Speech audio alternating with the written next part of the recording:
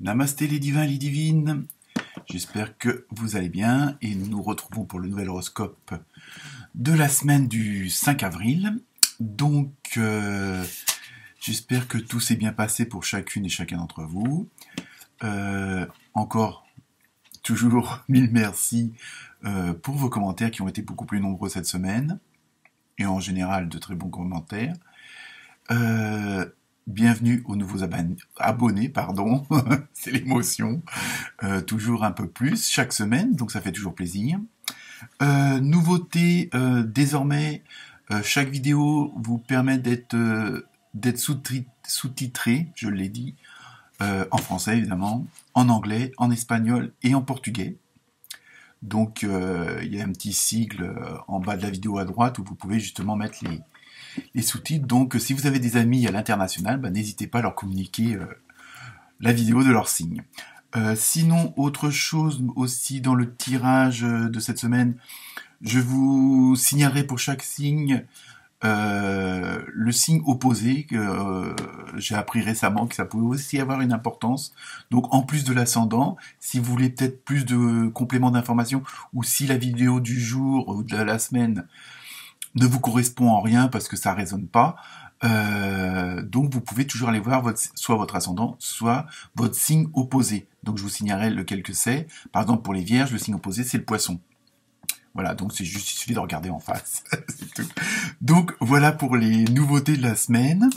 Donc cette semaine je me suis servi aussi donc du tarot des animaux sauvages.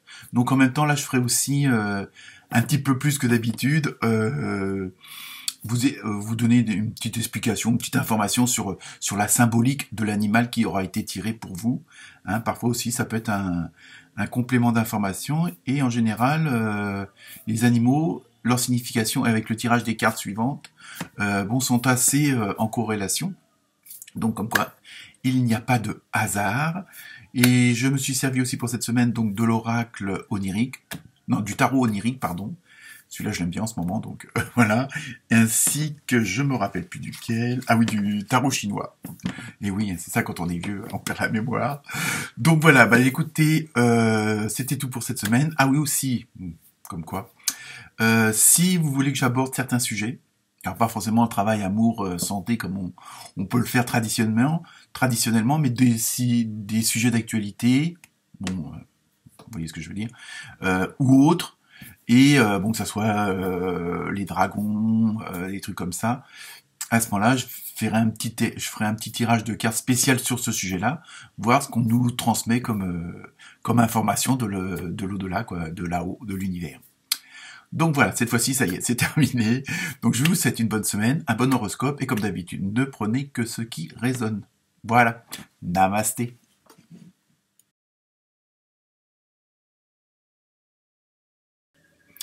Namasté les balances.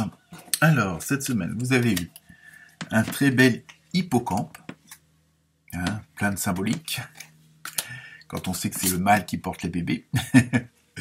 Ensuite, pour le tarot chinois, vous avez eu le Tao, hein, donc là c'est pareil, vous allez planer, vous allez voir ça. Pour le tarot onirique, vous avez eu le 9 de bâton et le valet de bâton. Ne vous inquiétez pas, on va pas vous frapper. Alors, cette semaine, les balances. Comme peut le souligner, le symboliser, on va dire, l'hippocampe, vous allez être cette semaine dans une position attendre et voir. Donc est-ce que vous avez besoin d'un moment de pause, d'un moment de recul, hein, à vous de voir, mais en même temps, c'est pas forcément que vous attendez quelque chose de suite à un problème ou quoi que ce soit, hein, non, c'est justement que vous êtes comme le symbolise l'hippocampe, il y a ce côté douceur, ce côté placide, ce côté on y va lentement mais sûrement. Hein. Et je pense qu'aussi c'est une façon pour vous, les balances, d'apprécier mieux la vie.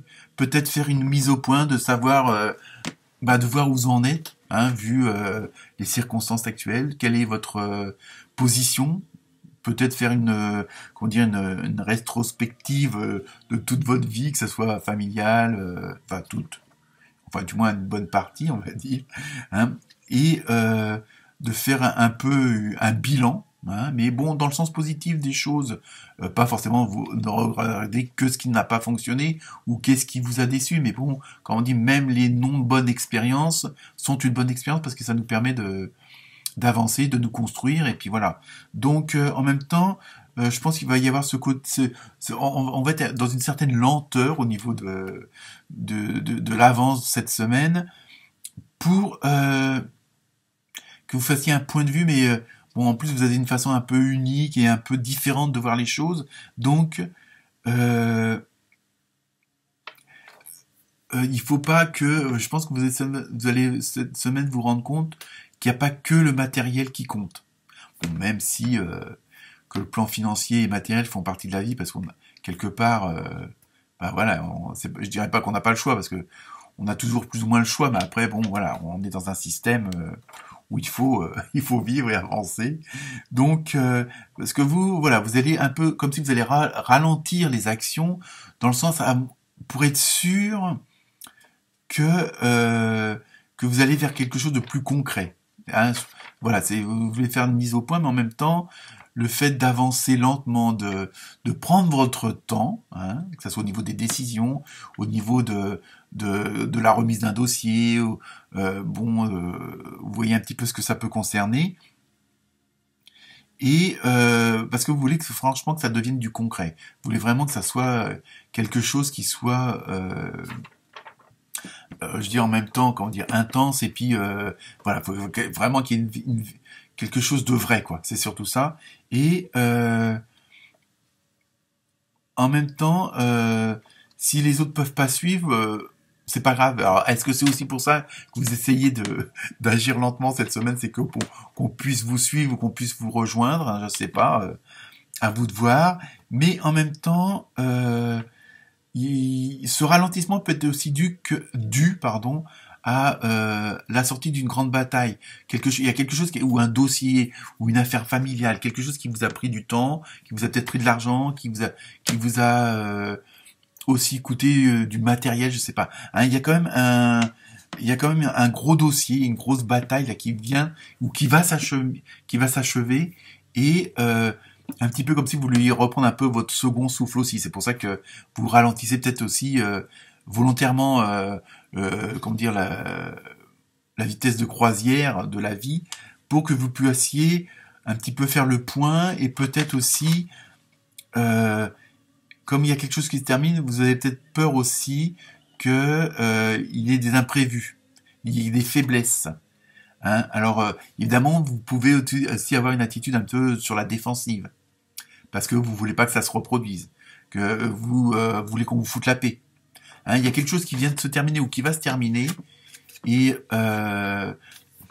vous voulez vraiment être sûr d'avoir toutes les cartes en main, et que soit que c'est bien terminé ou que ça va se terminer dans le sens où vous voulez que ça se termine. Hein, mais il va y avoir, bon, je dis pas que c'est une rupture ou une cassure, hein, c'est plutôt la fin de quelque chose. Hein, c'est plutôt dans ce sens-là. Et puis bon, après, il y a aussi une petite mise en garde. Bon, évidemment, vous avez ce côté de mouvement, d'action, on va dire ralenti. Et à partir du moment où vous allez être sûr que la situation est saine, que la situation est comme celle que vous vouliez, hein, et que vous êtes sûr que ce fameux passé ou ces fameux dossiers soient bien clôturés, soient bien finis, qu'on n'en parle plus, il faut pas non plus... à la rigueur, il va falloir aussi redémarrer doucement. Et ne pas, par exemple, bon, maintenant que vous êtes sûr de la situation, plonger la tête la première dans une nouvelle chose, hein, dans un nouveau projet. Il va falloir aussi, le fait que vous avez ralenti, il faut que vous redémarriez aussi lentement et étape après étape. Donc voilà pour vous, cette semaine les balances, hein, un petit peu complexe, mais pas de souci, vous allez y arriver. Donc, comme je le disais en introduction, vous pouvez aller voir toujours votre ascendant, mais aussi votre signe opposé, qui chez vous les balances, c'est le bélier. Donc vous pouvez voir aussi ce signe-là, éventuellement, si la vidéo d'aujourd'hui vous concerne pas, peut-être que celle de votre autre signe opposé vous correspondra mieux, ou alors vous donnera un complément d'information. Voilà, namasté.